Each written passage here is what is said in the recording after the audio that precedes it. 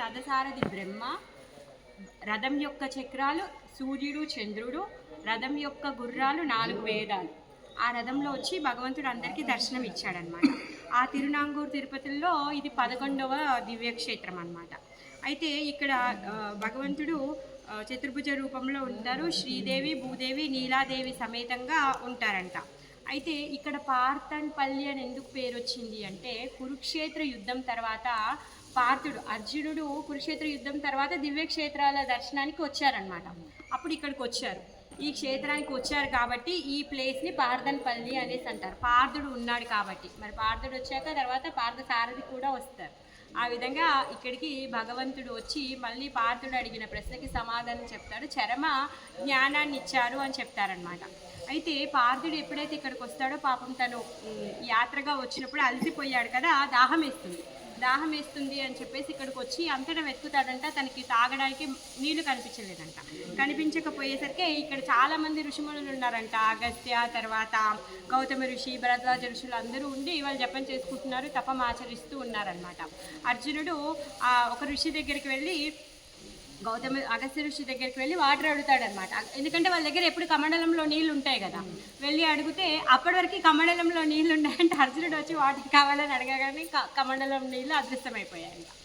అదృశ్యమైపోయేసరికి అగస్త్యుడు కళ్ళు మూసుకొని ఆలోచించాడంట, అదేంటి ఇప్పటి వరకు కమండలంలో ఉన్న నీళ్ళు సడన్గా ఎలా అయిపోయాయి అనేసి. అంటే వచ్చిన వాడు పార్థుడు కదా, అంటే పార్థుడికి వస్తే పార్థసారథి వస్తాడు. అందుకని చెప్పేసి అగస్త్యుడు ఏం చెప్తాడంటే, నాయన నువ్వు నీ పార్థసారథిని ప్రార్థించు, ఆయన వస్తాడు, నీ దాహాన్ని తీరుస్తాడు అనేసి చెప్తాడనమాట. చెప్పగానే అర్జునుడు శ్రీకృష్ణుడి గురించి ప్రార్థించగానే భగవంతుడు ఇక్కడికి వస్తాడనమాట. ఆయన రూపంలో ఆయన వచ్చి దర్శనం ఇస్తాడు. అప్పుడు కృష్ణుడు ఒక ఖడ్గాన్ని ఇస్తాడంట అర్జునుడికి. ఖడ్గాన్ని ఇస్తే ఆ ఖడ్గంతో తను 3 గీతలు గీస్తే ఇక్కడ మనకి పుష్కరిణి ఏర్పడింది అనమాట. ఆ పుష్కరిణిలో నీళ్లు తాగి ఆయన దాహాన్ని తీసుకుంటారు. తర్వాత నెమ్మదిగా కూర్చొని అర్జునుడు అడుగుతాడనమాట, సరే నా దాహాన్ని అయితే తీర్చావు, చాలా రోజులు అయిపోయింది, నువ్వేమీ నాకు జ్ఞానాన్ని ఇవ్వలేదు, మరి ఏమైనా కొంచెం చెప్పు స్వామి అని చెప్పేసి రిక్వెస్ట్ చేస్తాడనమాట. ఆ విధంగా భగవంతుడు ఇక్కడ అర్జునుడికి చరమ శ్లోకాన్ని అర్థం చేయించారు అనేసి చెప్తారనమాట. మరి చరమ శ్లోకం అంటే ఏంటి? మనము భగవద్గీతను చూసుకున్నాం. ఏంటి? కురుక్షేత్ర యుద్ధంలో అర్జునుడు ఏమంటాడు? నేను యుద్ధం చేయను అంటాడు. ఎందుకు? అందరూ నా బంధువులు ఉన్నారు, నా స్నేహితులు ఉన్నారు కాబట్టి నేను ఇప్పుడు ఈ రక్తపు కూడు నాకు అవసరం లేదు, నేను వదిలేస్తాను అంటాడు. ఎందుకంటే వాళ్ళందరి మీద ఆయనకు ఉన్నటువంటి మమకారం, ఆ మమకారం వల్ల నేను యుద్ధం చేయను అంటాడు. అప్పుడు కృష్ణుడు ఏమన్నాడు? చంపించేవాడిని నేనే, చంపబోయేది అందులో ఉన్నవాడిని నేనే, సర్వస్వం నేనే, నువ్వు చేసేది ఏమీ లేదు, నువ్వు నిమిత్త మాత్రుడివి అనేసి చెప్తాడు. నువ్వు నిమిత్త మాత్రుడిగా నువ్వు చేయాల్సిన ధర్మాన్ని, నీ ధర్మాన్ని నువ్వు నిర్వర్తించు అని చెప్తాడనమాట.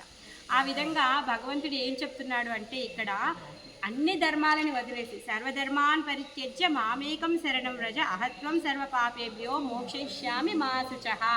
మరి ఎందుకు అన్ని ధర్మాలను వదిలేసేయమంటున్నాడు? అన్ని ధర్మాలను వదిలేయమన్నాడు, అర్జునుడి విల్లు పట్టమని చెప్పాడు. మరి ఇంకా ధర్మం ఎక్కడ వదిలేసినట్టు? భగవంతుడి యొక్క మాట ప్రకారం ధర్మము వదలడం అంటే మన యొక్క ధర్మాన్ని భగవదర్పణంగా చేయడం. ఎప్పుడైతే మన యొక్క ధర్మాన్ని మనం భగవదర్పణంగా నిర్వర్తిస్తామో అది మన ధర్మాన్ని వదిలిపెట్టినట్టు. అలా కాకుండా మన ధర్మాన్ని మన ఇంద్రియ తృప్తి కోసం ఎప్పుడైతే చేస్తామో అది మన కోసము పుణ్యాన్ని, కామాన్ని, లేకపోతే పాపాన్ని సంపాదించుకున్నట్టు అనమాట. మరి ఇలా ఏది కాకుండా అంటే పుణ్యమో, పాపమో, ధర్మమో ఇలాంటివి కాకుండా మనం చేసేటటువంటి కార్యాలని, కర్మలని భగవదర్పణంగా చేసినప్పుడు మనం వీటన్నింటి నుంచి మోక్షం పొందుతాం. ఒకవేళ పుణ్యం వచ్చిందనుకోండి, అమెరికా వీసా లాంటిది 6 నెలలు వీసా ఉంటుంది. మీరు అమెరికాకి వెళ్తారు, వీసా అయిపోగానే ఇండియాకి రావాలి. మీరు పుణ్యం వచ్చిందనుకోండి, ఏవో దోసడో లేకపోతే ఒక గుట్టంతా మీకు పుణ్యం ఉందనుకోండి, ఆ గుట్టంతా పుణ్యము ఖర్చు అయ్యేంత వరకు మీరు స్వర్గంలో ఉంటారు, నందనకానంలో ఎంజాయ్ చేస్తారు, దేవతా శరీరం వస్తుంది, రోగాలు నొప్పులు ఉండవు, బాగా అక్కడ ఉన్నటువంటి డ్రింక్స్ అవన్నీ తాగుతారు, అక్కడ ఉన్న ఫ్రూట్స్ తింటారు, ఎంజాయ్ చేస్తారు. ఆ పుణ్యం అనే గుట్ట కరిగిపోయిన తర్వాత భూలోకానికి వచ్చేయాలి.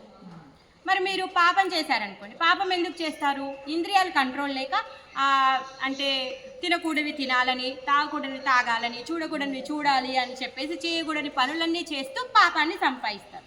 ఆ పాపం కూడా ఎంతో కొంత సంచడు సంపాదించామనుకోండి, మరి ఆ పాపం అయిపోయేంత వరకు నరకలోకాల్లో ఉండి పనిష్మెంట్లు అన్నీ చేసుకొని, లేకపోతే పశువు రూపంలోనో, దోమ రూపంలోనో, చీమ రూపంలోనో పుట్టి మనం ఏం చేస్తామంటే ఆ పాపాన్ని అంతా ఖర్చు చేసుకుంటాం. ఆ ఖర్చు చేసుకున్నాక మళ్ళీ భగవంతుడు ఈ భూమి మీద మళ్ళీ మనకి మానవ శరీరం ఇస్తాడు. మరి ఈ మానవ శరీరం ఎందుకు ఇచ్చాడు అంటే ఈ సర్వధర్మాన్ పరిత్యజ్య కోసం. కుక్కగానో, నక్కగానో, పిల్లిగానో పుట్టినప్పుడు సర్వధర్మాన్ పరిత్యజ్య చేయలేరు. ఎందుకంటే కుక్కకి విచక్షణ జ్ఞానం లేదు, పిల్లికి, నక్కకి, కుక్కకి, దోమకి విచక్షణ జ్ఞానం అనేదే లేదు. నేను ఎందుకు పుట్టాను, ఎందుకు చనిపోతున్నాను, నేనేం చేయాలి, ఎందుకు చేయాలి, ఎవరి కోసం చేయాలి, అవి ఆలోచించలేవు. ఆలోచన శక్తి మాత్రం ఒక్కరికే ఇచ్చారు. 84 లక్షల జీవరాశుల్లో మానవుడికి మాత్రమే ఆ శక్తిని భగవంతుడు ఇచ్చాడు. అందుకే మానవుడి కోసమే భగవద్గీతని ఇచ్చారు. మనం ఆ భగవద్గీతను చదివి భగవంతుడికి ఎప్పుడైతే శరణాగతి పొందుతామో అప్పుడు మనని మనం ఉద్ధరించుకున్నట్టు. వేరే వాళ్ళు ఉద్ధరింపబడరు. భగవంతుడికి ఎప్పుడైతే శరణాగతి పొందుతామో అప్పుడు మనని మనం ఉద్ధరించుకున్నట్టు. మరి శరణాగతి పొందు అనేసి అంటున్నాడు కదా. మరి ఆ శరణాగతి ఎలా పొందాలి అంటే ఏమీ లేదు, సింపుల్. నువ్వేదైతే తింటున్నావో నాకు అర్పించు, నువ్వేదైతే తాగుతున్నావో నాకు అర్పించు, నువ్వు చేసే కార్యాన్ని నాకు అర్పించు అని చెప్తున్నాడు. అందుకే అర్జునుడికి ఏం చేశాడు? నువ్వు చేసేటటువంటి కార్యాన్ని నాకు అర్పణ, మదర్పణంగా నువ్వు చెయ్యి అని చెప్పాడు. ఎలా అర్పణంగా చెయ్యమన్నాడు? భగవంతుడి ప్రీత్యార్థమే నువ్వు యుద్ధం చెయ్యి. అలాంటి ధర్మపరమైన కార్యం నువ్వు చేస్తే నువ్వు ఈ కర్మ నుంచి నువ్వు చేసేటటువంటి యుద్ధం ఏమంటున్నాడు? నేను ఇప్పుడు తండ్రులని, తాతలని, అన్నల్ని అందరినీ చంపేస్తే నాకు పాపం వస్తుంది, నేను నరకానికి వెళ్తాను, పితృదేవతలు అందరూ ఏడుస్తారు, అసలు లోకంలో రాజ్యంలో అందరూ ఏమంటారు, అందరూ భ్రష్టు పట్టిపోతారు అనేసి అంటాడనమాట. అంటే నువ్వు ఇలాంటి పాపాలు వస్తాయని భయపడుతున్నాడు అర్జునుడు. అందుకే నేను యుద్ధం చేయను అనేసి అంటున్నాడు. అందువల్ల నువ్వు వీటన్నింటి నుంచి నువ్వు